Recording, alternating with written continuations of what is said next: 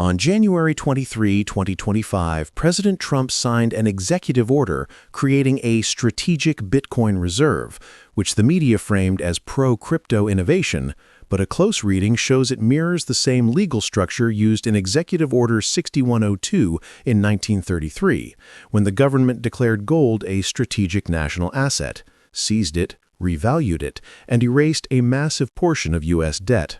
Trump's order uses nearly identical language.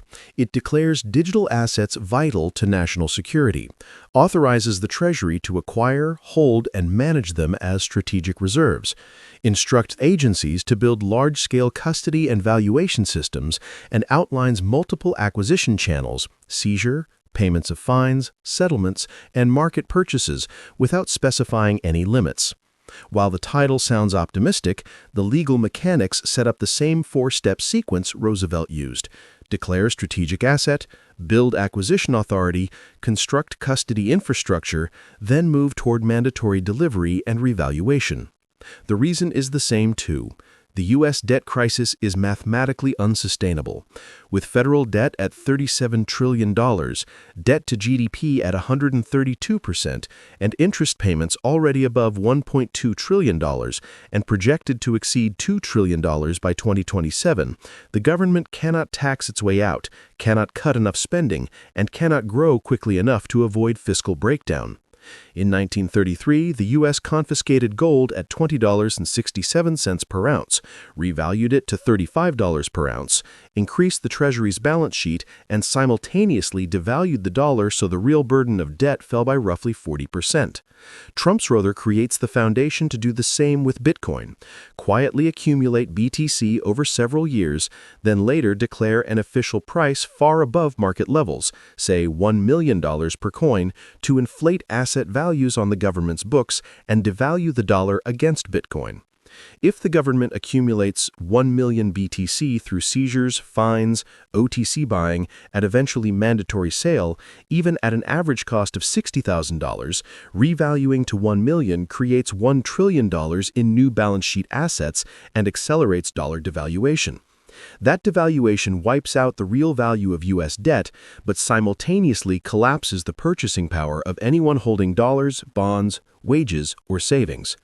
All of this is legally enabled through mechanisms in the executive order, a cross-agency working group combining Treasury, Justice, Commerce, and other regulators to coordinate acquisition and enforcement, official valuation methodologies which allow the government to declare an official Bitcoin price separate from market price, the same legal loophole used in 1933, construction of government-scale digital asset custody systems, the digital equivalent of Fort Knox, and language protecting only lawful holders, meaning future rules and licensing requirements can redefine who is lawful, enabling penalties or forced sale for those who don't comply. The likely timeline is multi-phase. 2025 is narrative building, regulatory groundwork, and infrastructure instruction. 2026 is quiet accumulation, tighter reporting requirements, and pressure on exchanges and custodians. 2027 is the crisis window, triggered by a debt ceiling standoff, a bank failure, or foreign dumping of treasuries, providing justification for emergency action and mandatory Bitcoin sale above certain thresholds at an official price likely below market price. Once the government secures its holdings, revaluation follows. The official Bitcoin price is raised dramatically, the dollar devalues, and debt is effectively erased, just as in 1933. Winners are those who hold Bitcoin outside U.S. jurisdiction or in self-custody the government can't easily access, and wealthy insiders positioned in hard assets ahead of the revaluation.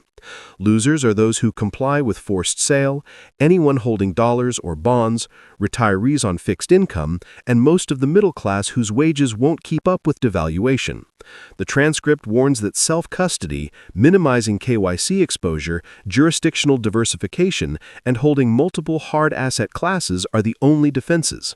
It argues that the executive order is not pro-crypto, but the legal foundation for strategic accumulation and eventual confiscation, following the exact historical pattern of 1933 and driven by the unavoidable math of an unsustainable debt system. The order is already signed, the machinery is being built, And the timeline, 2025 to 2027, is already in motion, meaning individuals have a limited window to restructure how they hold assets before mandatory measures arrive. If you found this video insightful, don't forget to like, share, and subscribe to the channel, and share it with someone who's curious about how money, power, and history always seem to move in cycles.